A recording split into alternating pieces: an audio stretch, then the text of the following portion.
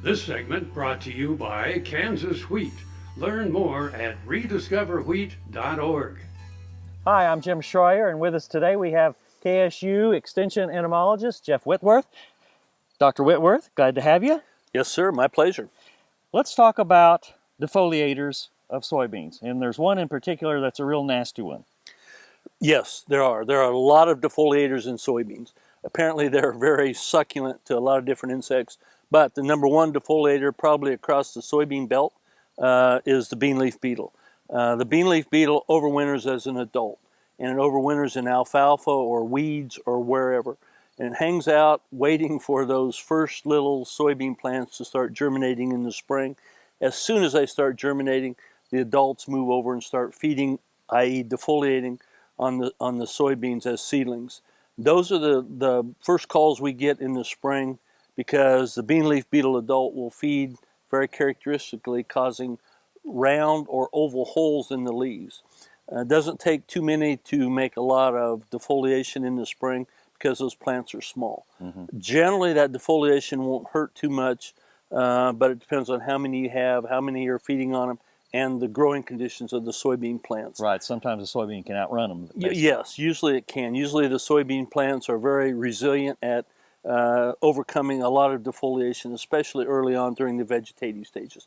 The problem with the bean leaf beetle then after that, those adults will feed on the foliage for a while, then they'll go around and lay eggs at the base of the plant. And the baby or the larval stage of the bean leaf beetle will feed on the root systems of the soybean plant. A lot of guys don't realize that.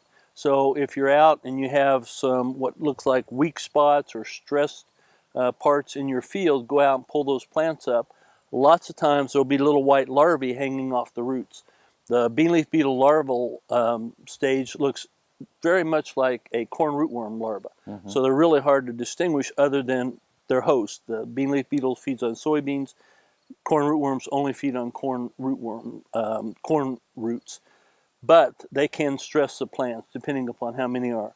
Then that generation will emerge as an adult, and what we're seeing right now this time of year is the second generation adult.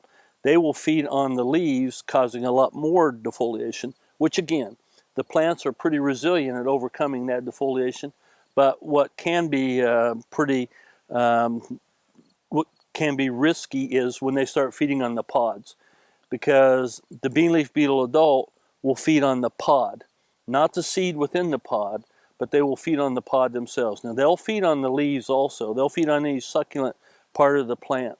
Is there any particular part of the plant, foliar-wise, the upper part, lower part, or are they indiscriminate on where they feed on the leaves? That's a good question. They'll feed on the most succulent part of the plant, which so they'll the upper part of the plant. So they'll feed on the flowers as they're flowering. They'll feed on the leaves as they're putting on new leaf tissue, or they will feed on the pod as long as those pods are nice, green, and succulent. Once they start to turn a little bit yellow, they won't feed on them anymore. Okay, so what about control? Exactly.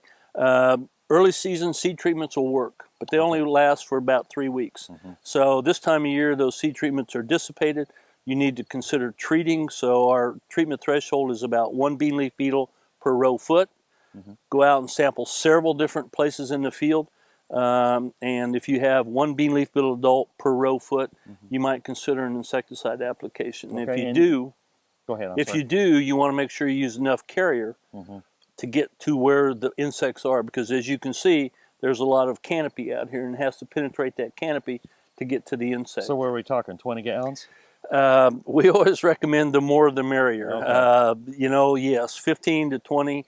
If you're using a ground rig, if you're using an aerial applicator, the more you can get them to use, the better off you are as far as penetration goes. Do you use a net to? Yes. Okay. We like to use a net to go out and detect the presence of the insects.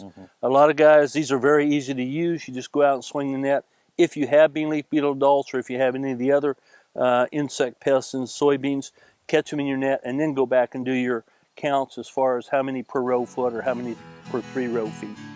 Jeff, Yes. thanks always. My pleasure.